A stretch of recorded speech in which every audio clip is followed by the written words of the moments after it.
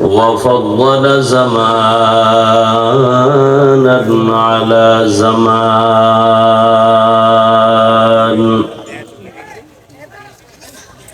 كما فضل مكانا على مكان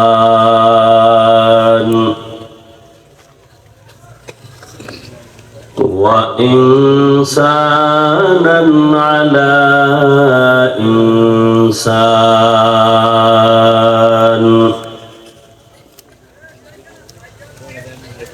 ونشهد أن لا إله إلا الله وحده لا شريك له لا ضد له ولا ند له ولا مثل له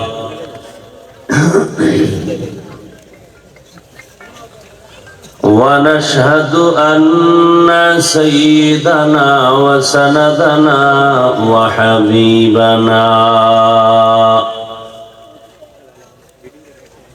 وحبيب ربنا وطبيبنا وطبيب قلوبنا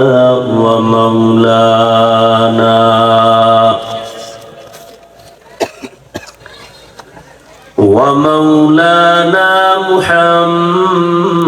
محمدا عبده ورسوله أرسله بالحق بشيرا ونذيرا وداعيا إلى الله بإذنه وسراجا منيرا اللهم صل على محمد النبي الأمي وعلى آله وسلم تسليما وبعد فأعوذ بالله من الشيطان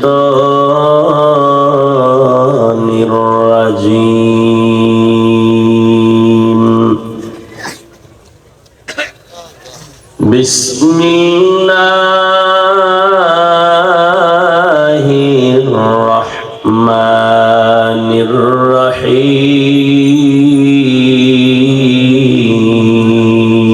الرحيم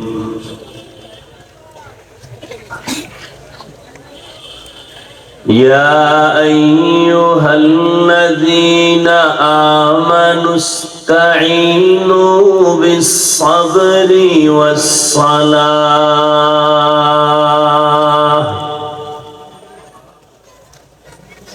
إن الله مع الصابرين.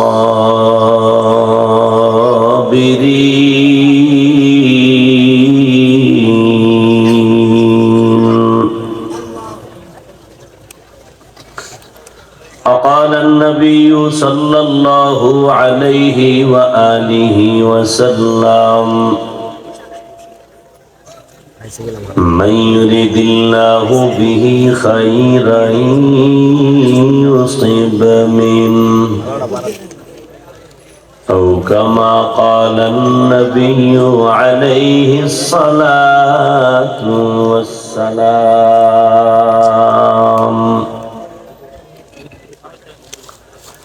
صدق الله مولانا العظيم وصدق رسوله النبي الأمي الكريم ونحن على ذلك من الشاهدين والشاكرين والذاكرين والحمد لله رب العالمين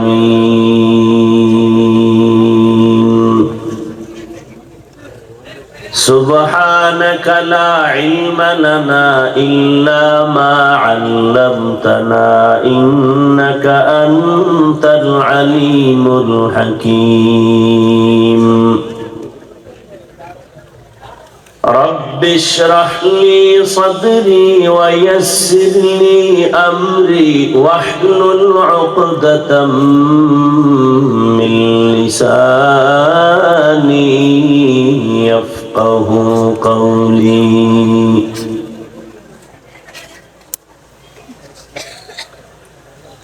मोमिन जो फिदा नक्शे कफे पाए नबी हो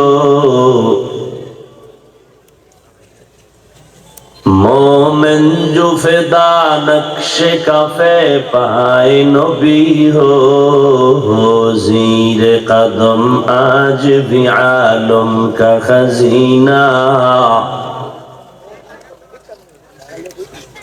हो ज़ीर कदम आज भी आलम का खजीना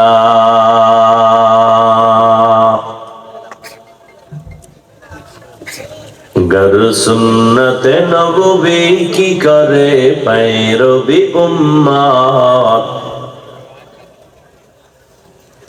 गर सुन्नत नबवी की करे पैरवी उम्मत तूफान से निकल जाएगा फिर इसका सफीना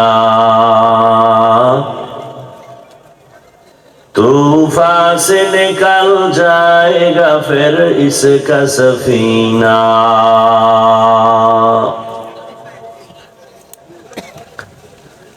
आशिक हो बिरादर शहंशाह दो आलम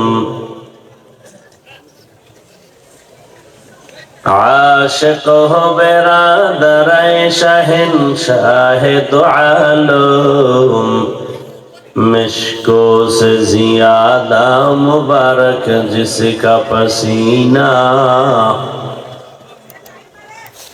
मिश्को से ज्यादा मुबारक जिसका पसीना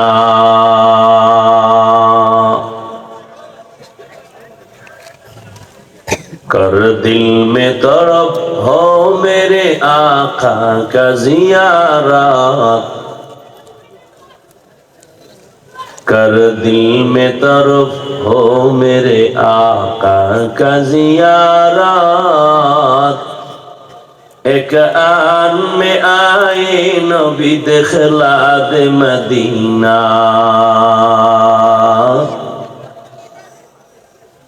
एक आन में आए नबी दिखला दे मदीना ला इलाहा इल्लल्लाह لا إله إلا الله لا إله إلا الله لا إله إلا الله لا إله إلا الله لا إله إلا الله لا إله إلا الله لا إله إلا الله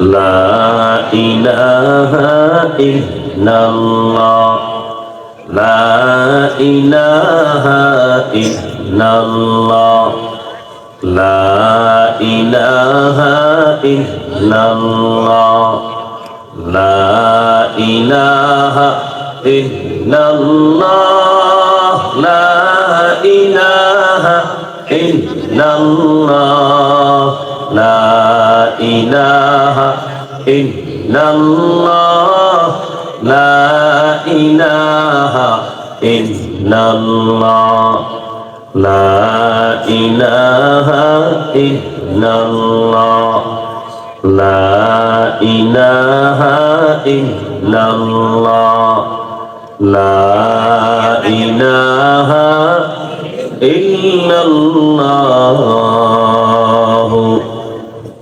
মুহাম্মাদুর রাসূলুল্লাহ।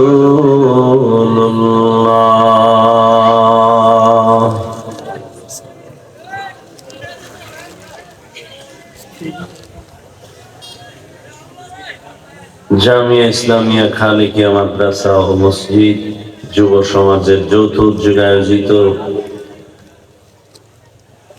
বার্ষিক তাফসীরুল কোরআন মাহফিল 18 নভেম্বর 2024 মহতি এ মাহফিলে উপস্থিত মোহতারাম সম্মানিত সভাপতি, প্রধান অতিথি, বিশেষ অতিথি বৃন্দ, হযরত উলামায়ে কেরাম,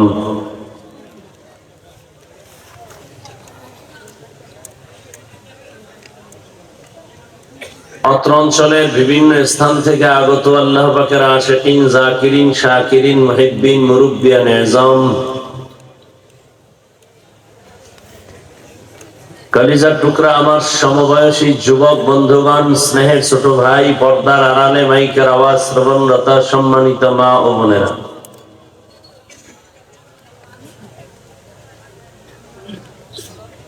আল্লাহ পাকের দরবারে শুকর যে রব্বুল আলামিন ফিতনার যুগে হাজারো লাখো মানুষের মধ্য থেকে বাছাই করে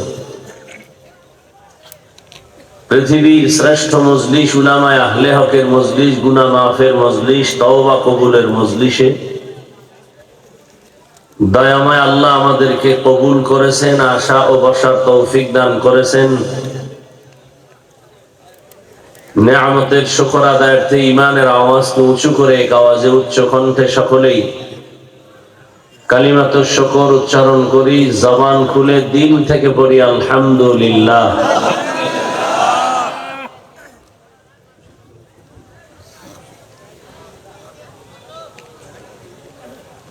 নবীনগর কি নতুন আসছি?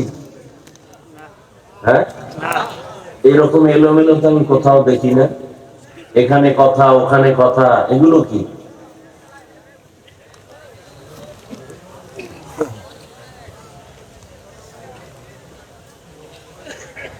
মানবতা, ভদ্রতা, সভ্যতা, এটা তো শিখার জিনিস।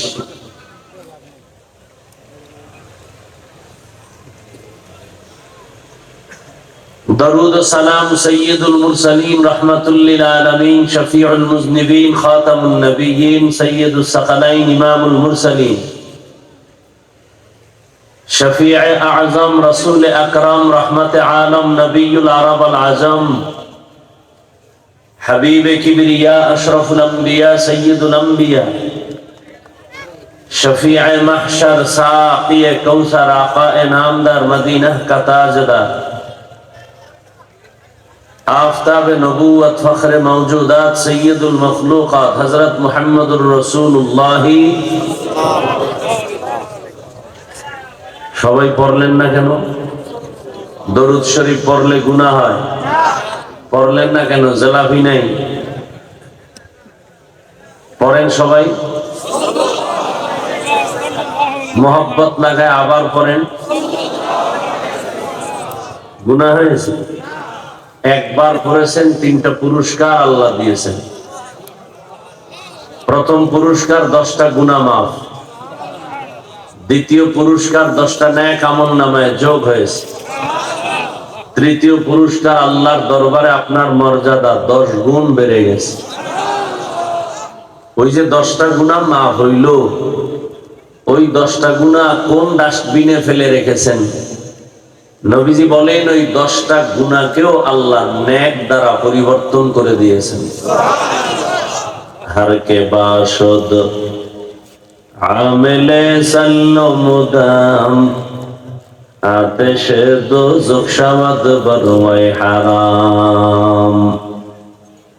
বেশি বেশি দরুদের আমল করেন, কিয়ামতের দিন আল্লাহ যদি জিজ্ঞাসা করে, এই চালাক বাঙালি, দুনিয়াতে বহু চালাকি করেছ, কোরআন হাদিস ইসলাম তোমার কাছে কিছুই মনে হয় নাই, চালাকি করতে গিয়া নামাজ পড়ো নাই, রোজা রাখো নাই, আজ আমি আল্লাহ তোমার জীবনের সব গুনাহকে আমি ফেলে দিলাম, আমি আল্লাহর আদালতে সামান্য একটা আমল দেখাও যেটা শুধু আমার জন্যই করেছো। যদি ছোট্ট এক টুকরা আমল দেখাইতে পারো, জীবনে যত গুনাহ করছো ওই ছোট্ট আমলের দ্বারা আমি জান্নাত দিয়ে দিই। আল্লাহ যদি বলেন, জীবনে এমন কোন ছোট আমল আছে আপনার যেটা আল্লাহর জন্যই করেছেন? পারবেন কেউ দেখাইতে? অনেকে বলবেন হুজুর নামাজ সব ভুয়া, মানুষকে দেখানোর জন্য নামাজ পড়েন, আল্লাহর জন্য নামাজ না। নামাজে বসে দোকানের ফিকির, দুনিয়ার ফিকির, ক্ষমতার চেয়ারের ফিকির। ছোট্ট একটা আমলও যদি আল্লাহর কাছে পেশ করতে পারেন, আল্লাহ বড় বড় আমল করতে না পারলো জীবনে একটা ছোট আমল ধরে রাখছে। কি? আমার রসুলের মহব্বত, আমি দরুদের আমলটা আমি করতাম প্রতিদিন। আমি ঘুমাইতে পারি বা না পারি, খানা খাই বা না খাই, 300 বার দরুদ পড়েছি। কয়শো বার? আপনি আমল করলে না আল্লাহকে বলতে পারবেন, আপনার তো আমলের খবরই নাই। আবার চাপাবাজি করেন, আপনার ঈমান তাজা, হুজুরদের থেকে ভালো। এই জমিনে হুজুরদের থেকে ভালো কোনো মানুষ নাই যে দাবি করবে সে মিথ্যাবাদী, ধোঁকাবাজ। পৃথিবীর শ্রেষ্ঠ উলামায়ে কেরাম, এর উপরে কোনো শ্রেষ্ঠ আর কিয়ামতের আগে আসবে না। এ জাতির চির বন্ধু উলামায়ে কেরাম, আর বাকিরা সব ধান্দাবাজ। কেউ বন্ধু না, স্বার্থপর, ধান্দাবাজ। পারছেন কথা বন্ধ করতে?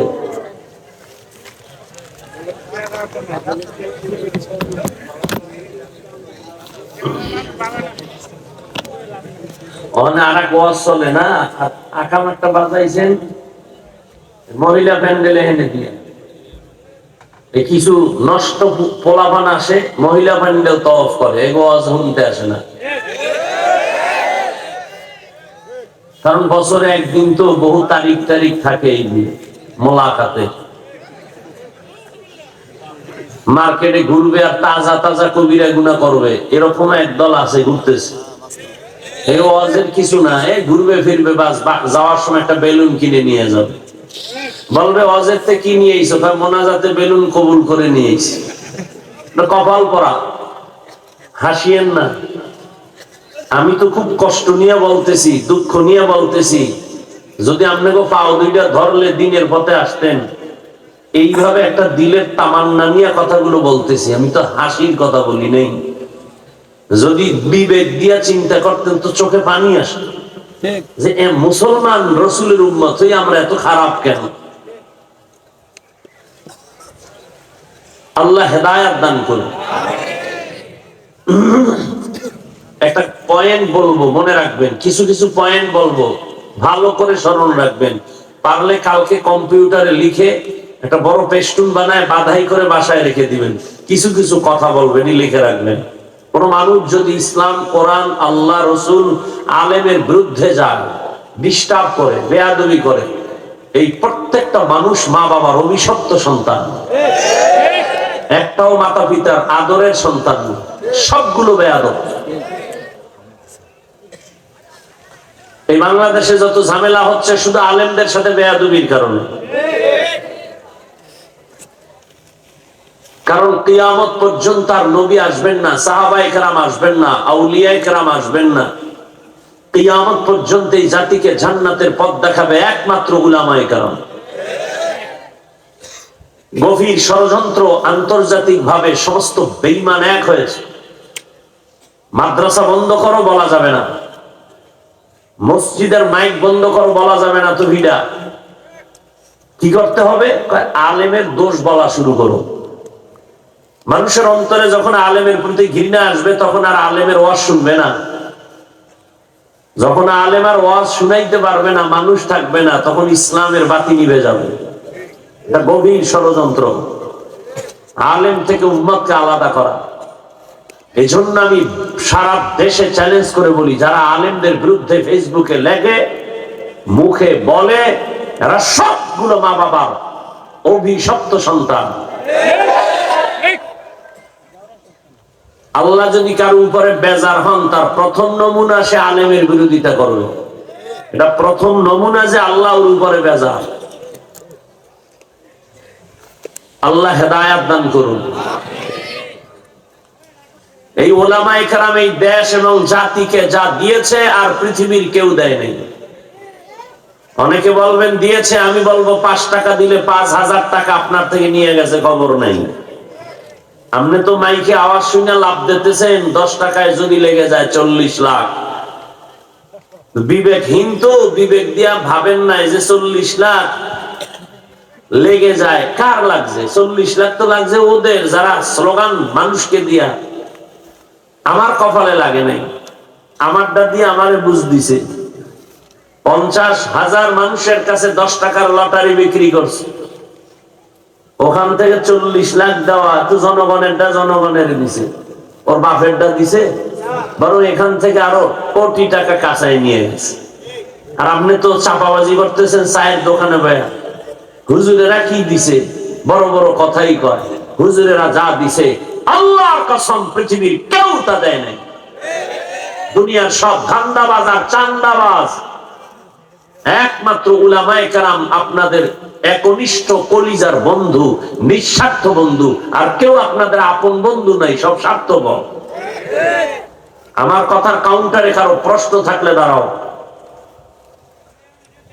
আমি চ্যালেঞ্জ দিচ্ছি, উলামায়ে কেরাম ছাড়া আপন বন্ধু দুনিয়ায় কেউ নাই, সব স্বার্থপর।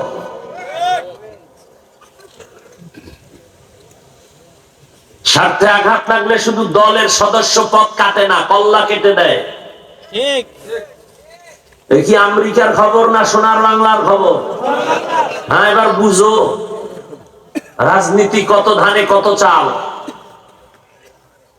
সমস্ত মুনাফেকের গোষ্ঠী বলে ইসলামে রাজনীতি নাই। কেন বলে? ও জানে কোরআনে রাজনীতি আছে। রাসূল রাষ্ট্র চালান নাই, সত্য কথা বলেন, মানেন আর না মানেন। নবীজি রাষ্ট্র চালান নাই, আবু বকর সিদ্দিক রাষ্ট্র চালান নাই, হযরত ওমর, ওসমান, আলী। রাষ্ট্র পরিচালনার নাম রাজনীতি, জুলুম করার নাম দুর্নীতি। ইসলামে পচা রাজনীতি নাই, পবিত্র রাজনীতি আছে। ভালো করে মনে রাখলে কাজে লাগবে, বলে গেলাম। আর পাগলের মতো আপনাদেরকে আবল তাবল বলে যাব এই ভয় নেই। পৃথিবীর শ্রেষ্ঠ রাজনীতির কিতাবের নাম কোরআন, ভালো করে লিখে রাখবেন। পৃথিবীর শ্রেষ্ঠ রাজনীতির শিক্ষক আমার রাসূল। রাজনীতি শিখায় গেছে পৃথিবীর প্রত্যেকটা মানুষকে। পৃথিবীর শ্রেষ্ঠ রাজনীতির পার্লামেন্ট মসজিদে নববী।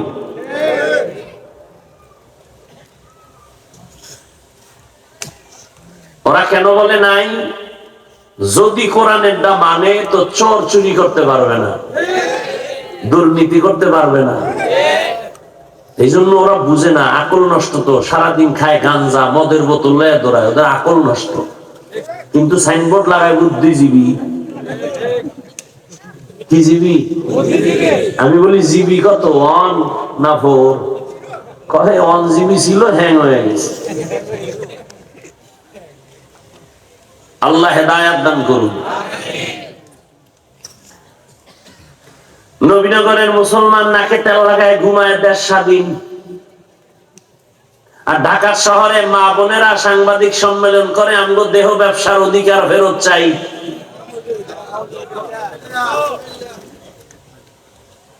আল্লাহ হেদায়াত দান করুন।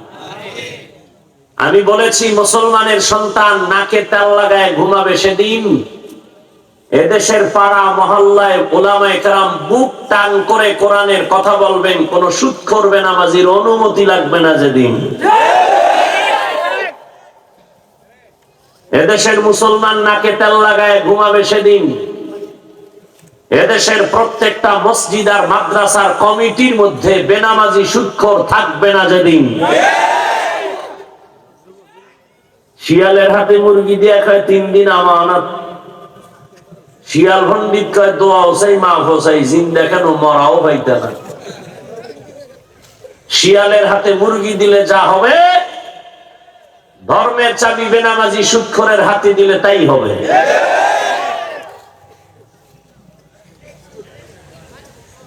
গতকাল গাজীপুরে বয়ান করেছি, বলেছি যারা কোরআনের মাহফিল, মাদ্রাসা, মসজিদে হাত ঢুকাবে, কোন নাস্তিক, কোন মুনাফিক, প্রশাসনের হোক আর কোন নেতা হোক, নাম লিস্টি করে আমাদের হাতে দাও, আবার আন্দোলন হবে জালেমের বিরুদ্ধে। মুসলমান জীবন একবার দেয় না, বারবার দেয়। মুগ্ধ দিয়েছে, আবু সাইদ দিয়েছে, আবার দিতে হবে দ্বীনের জন্য। জালেমের বিরুদ্ধে প্রয়োজনে আবার জীবন দিতে হবে।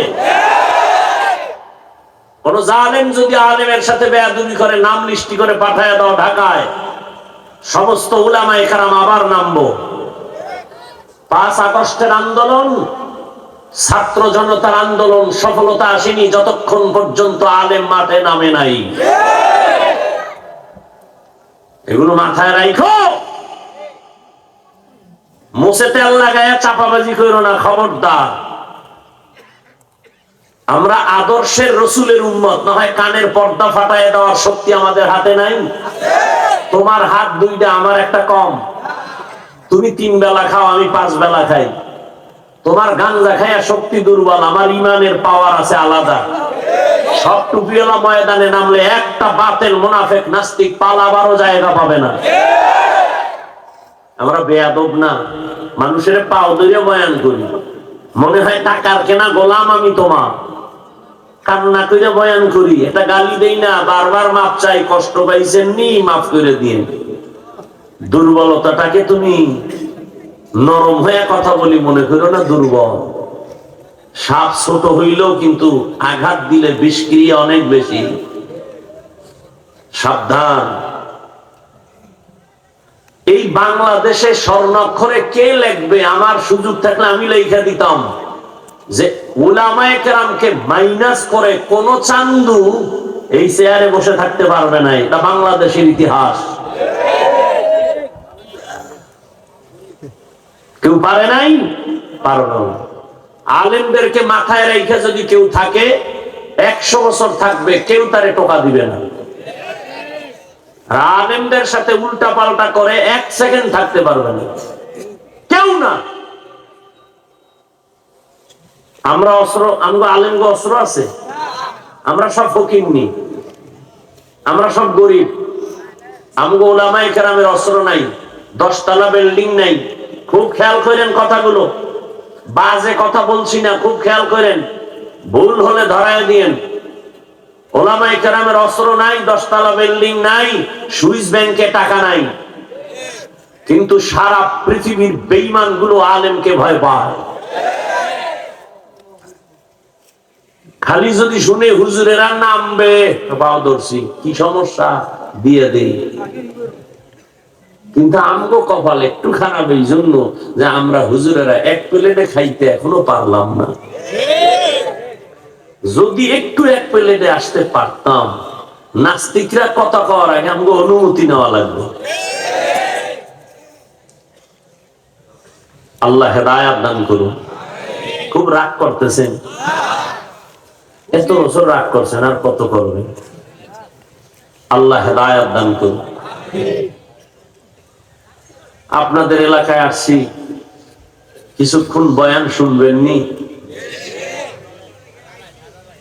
আল্লাহ সবাইকে কবুল করে।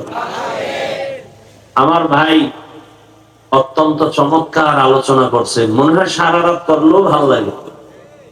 এই যে আব্দুর রব ফরিদি ভাই, খুব সুন্দর, যেমন বয়ানও ভালো, কণ্ঠও ভালো, কালেকশনও ভালো। যদি কালেকশনে বয় ঘন্টাকে ঘন্টা কালেকশন করবে, মানুষ দিতেই থাকবে। মহিলারা ডিম ফাটাইবো, মুরগি ফাটাইবো, কানের অলংকার খুলে খুলে দিয়ে দিলাম। এক জায়গায় এক হুজুরের কালেকশন শুরু করছে, হিন্দু মহিলারা কানের অলংকার, নাকের ফুল ফাটাই দিচ্ছে।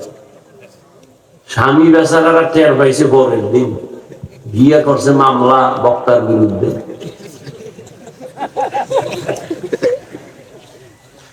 বহু আগের কথা, আমি সে স্টেজে ছিলাম। তবে বক্তা হিসাবে ছিলাম না, শ্রোতা হিসাবে ছিলাম, ছাত্র ছিলাম তখন। ওই বক্তা এখন আছে না মারা গেছে তাও বলতে পারি, খুব মজার বয়ান করতে। আল্লাহ সবাই সব গুণ দেয় না। তো যাই হোক, আমার পিরোজপুরে আজকে মামলার হাজিরা ছিল। আমার কিছু কলিজার বন্ধু আছে, এরা সবসময় আমাকে আঘাত করতে থাকে, আর আমি খুব আরাম পাই, শান্তি পাই। কারণ জোয়ারের পানিতে বাদ না দিলে পানির শক্তি বাড়ে না। বাপে ওরা আমগো বিরোধিতা না করলে আমগো সম্মান বাড়ে না। কাউকে যদি তুমি উপরে উঠাইতে চাও, বিরোধিতা করো, খালি বিরোধিতা করো, দেখবা ধুমধাম উপরে উঠে গেছে। চরমনাই এত উপরে কেন? শত্রুদের শত্রুতামির কারণে। কওমি মাদ্রাসা তো কম না বেশি? একমাত্র দুশ্মনী করার কারণে। এই বাতেলরা যদি বিরোধিতা না করতো, মানুষ এত জানতো না। এটা নতুন না, পুরান দোষ। আবু জাহিল্লা মক্কায় ঘুরে আর কয়, মোহাম্মদের নাম হুসুনি কহ, পাগল হয়ে গেছে। যারা জীবনে যায় না হেরা কয় এত প্রশংসার মানুষ পাগল, এক নজর দেখি, দেখতে গিয়ে কালেমা পড়ো। এই তাবিজ তো এই সময়ের তাবিজ। কেউ উপরে উঠাইতে চাইলে বিরোধিতা করো। আল্লাহ হেদায়েত দান করুন। তো বলছিলাম, মোহতামিম সাহেব হাফেজ কারি মোহাম্মদ সাদুল্লাহ ভাই অনেক প্রচেষ্টা করে প্রোগ্রাম নিছেন, তাও 2-3 বার বোধহয় পাল্টাইছি তারিখ, যেটা হবে না অন্যটা। তো আজকে বলছে আসা হবে না, কারণ ঝামেলা মাথার উপরে। তো আল্লাহ নিয়ে আসছেন, আলহামদুলিল্লাহ, টাইম মতোই আসছে।